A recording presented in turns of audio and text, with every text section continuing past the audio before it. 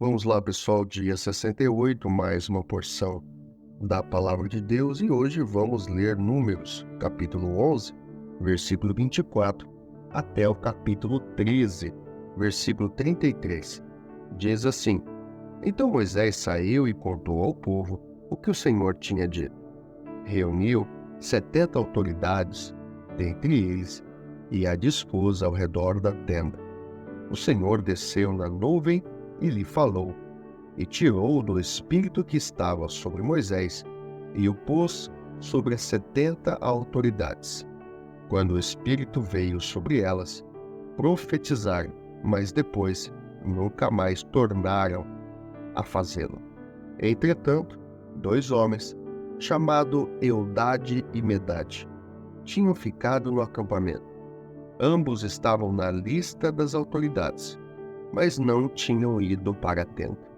O Espírito também veio sobre eles, e profetizaram no acampamento. Então certo jovem correu e contou a Moisés: Eldade e Medade estão profetizando no acampamento. Josué, filho de Num, que desde jovem era auxiliar de Moisés, interferiu e disse: Moisés, meu senhor, proíba-os. Mas Moisés respondeu: Você está com ciúmes por mim? Quem dera todo o povo do Senhor fosse profeta, e que o Senhor pusesse o seu espírito sobre eles. Então Moisés e as autoridades de Israel voltaram para o acampamento. Depois disso, veio um vento da parte do Senhor, que trouxe codornizes do mar e as fez cair por todo o acampamento, a uma altura de 90 centímetros, espalhando-as em todas as direções, num raio de um dia de caminhada. Durante todo aquele dia e aquela noite, e durante todo o dia seguinte, o povo saiu e recolheu codornizes. Ninguém recolheu menos de 10 barris. Então eles a estenderam para secar ao redor de todo o acampamento. Mas enquanto a carne ainda estava entre os seus dentes, e antes que a ingerissem, a ira do Senhor acendeu-se contra o povo, e ele o feriu com uma praga terrível. Por isso, o lugar foi chamado Quibrote Atavá, porque ali foram enterrados os que tinham sido dominados pela gula. De Quibrote Atavá, o povo partiu para Azerote, e lá ficou. Miriam e Arão começaram a criticar Moisés porque ele havia se casado com uma mulher etíope. Será que o Senhor tem falado apenas por meio de Moisés? Perguntaram. Também não tem falado por meio de nós? E o Senhor ouviu isso. Ora, Moisés era um homem muito paciente, mais do que qualquer outro que havia na terra. E imediatamente o Senhor disse a Moisés, a Arão e a Miriam: Dirijam-se à tenda do encontro, vocês 3. E os 3 foram para lá. Então o Senhor desceu numa coluna de nuvem e pondo-se à entrada da tenda. Chamou Arão e Miriam. Os 2 vieram à frente e ele disse: Ouçam as minhas palavras. Quando entre vocês há um profeta do Senhor, a ele me revela em visões. Em sonhos, falo com ele. Não é assim, porém, com o meu servo Moisés, que é fiel em toda a minha casa. Com ele falo face a face, claramente, e não por enigmas, e ele vê a forma do Senhor. Por que não temeram criticar meu servo Moisés? Então a ira do Senhor acendeu-se contra eles, e ele os deixou. Quando a nuvem se afastou da tenda, Miriam estava leprosa. Sua aparência era como a da neve. Arão voltou-se para Miriam, viu que ela estava com lepra e disse a Moisés: Por favor, meu senhor, não nos castigue pelo pecado que tolamente cometemos. Não permita que ela fique com um feto abortado que sai do ventre de sua mãe com a metade do corpo destruída. Então Moisés clamou ao Senhor: ó Deus, por misericórdia, concede-lhe cura. O Senhor respondeu a Moisés: se o pai dela tivesse cuspido no rosto, não estaria ela envergonhada 7 dias? Que fique isolada fora do acampamento 7 dias. Depois ela poderá ser trazida de volta. Então Miriam ficou isolada 7 dias fora do acampamento, e o povo não partiu enquanto ela não foi trazida de volta. Depois disso, partiu de Azerote e acamparam no deserto de Parã. E o Senhor disse a Moisés: envie alguns homens em missão de reconhecimento à terra de Canaã, terra que dou aos israelitas. Envie líder de cada tribo dos seus antepassados. Assim Moisés os enviou do deserto de Parã, conforme a ordem do Senhor. Todos eles eram chefes dos israelitas. São estes os seus nomes: da tribo de Ruben, Samua, filho de Zacor; da tribo de Simeão, Zafate, filho de Ori; da tribo de Judá, Calebe, filho de Jefoné; da tribo de Issacar, Igal, filho de José; da tribo de Efraim, Oséias, filho de Nur; da tribo de Benjamim, Palti, filho de Rafu; da tribo de Zebulon, Gadiel, filho de Sodi; da tribo de José, isto é, da tribo de Manassés, Gadi, filho de Suzi; da tribo de Dan, Amiel, filho de Gemali; da tribo de Azer, Setur, filho de Micael; da tribo de Naftali, Nabi, filho de Vofsi; da tribo de Gade, Guel, filho de Maqui. São esses os nomes dos homens que Moisés enviou em missão de reconhecimento do território.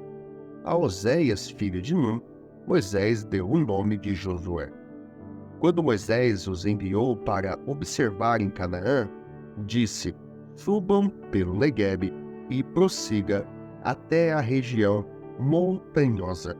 Vejam como é a terra e se o povo que vive lá é forte ou fraco, se são muitos ou poucos, se a terra em que habitam é boa ou ruim, se as cidades em que vivem são cidades sem muros ou fortificadas, se o solo é fértil ou pobre, se existe ali floresta ou não. Sejam corajosos, tragam alguns frutos da terra. Era a época do início da colheita das uvas. Eles subiram e observaram a terra desde o deserto de Zim até Reob, na direção de Lebo-Hamat. Subiram no Negueb e chegaram a Hebron, onde viviam Aimã, Sesai e Talmai, descendentes de Enac. Hebron havia sido construída 7 anos antes de Zoan, no Egito. Quando chegaram ao vale de Escol, cortaram um ramo do qual pendia um único cacho de uvas. 2 deles carregaram o cacho, pendurado numa vara. Colheram também romãs e figos. Aquele lugar foi chamado de Vale de Escol, por causa do cacho de uvas que os israelitas cortaram ali. Ao fim de 40 dias, eles voltaram da missão de reconhecimento daquela terra. Eles então retornaram a Moisés e a Arão e a toda a comunidade de Israel em Cádiz, no deserto de Parã, onde prestaram relatório a eles e a toda a comunidade de Israel. E lhe mostraram os frutos da terra. E deram o seguinte relatório a Moisés: entramos na terra a qual você nos enviou, onde há leite e mel com fartura. Aqui estão alguns frutos dela, mas o povo que lá vive é poderoso, e as cidades são fortificadas e muito grandes. Também vimos descendentes de Enac. Os amalequitas vivem no Negueb. Os hetitas, os jebuseus e os amorreus vivem na região montanhosa. Os cananeus vivem perto do mar e junto ao Jordão. Então Caleb fez o povo calar-se perante Moisés e disse: subamos e tomemos posse da terra. É certo que venceremos. Mas os homens que tinham ido com ele disseram: não podemos atacar aquele povo, é mais forte do que nós. E espalharam entre os israelitas um relatório negativo acerca daquela terra. Disseram: a terra para a qual fomos em missão de reconhecimento devora os que nela vivem. Todos os que vimos são de grande estatura. Vimos também os gigantes, os descendentes de Anak, diante de quem parecemos gafanhoto a nós e a eles. Marcos capítulo 14, versículo 22 a 52. Enquanto comiam, Jesus tomou o pão, deu graças, partiu e deu aos discípulos, dizendo: tomem, isto é o meu corpo. Em seguida tomou o cálice, deu graças, ofereceu aos discípulos e todos beberam. E disse-lhes: isto é o meu sangue da aliança, que é derramado em favor de muitos. Eu afirmo que não beberei outra vez do fruto da videira, até aquele dia em que beberei o vinho novo no reino de Deus. Depois de terem cantado o hino, saíram para o Monte das Oliveiras.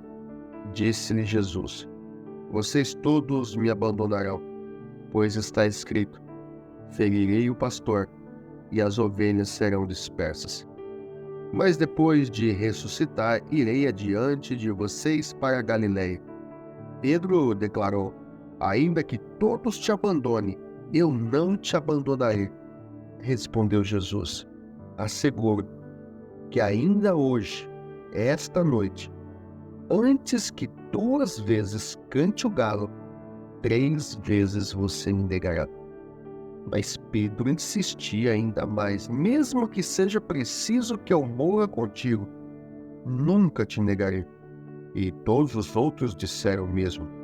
Então foram para um lugar chamado Getsêmani, e Jesus disse aos seus discípulos: sentem-se aqui enquanto vou orar.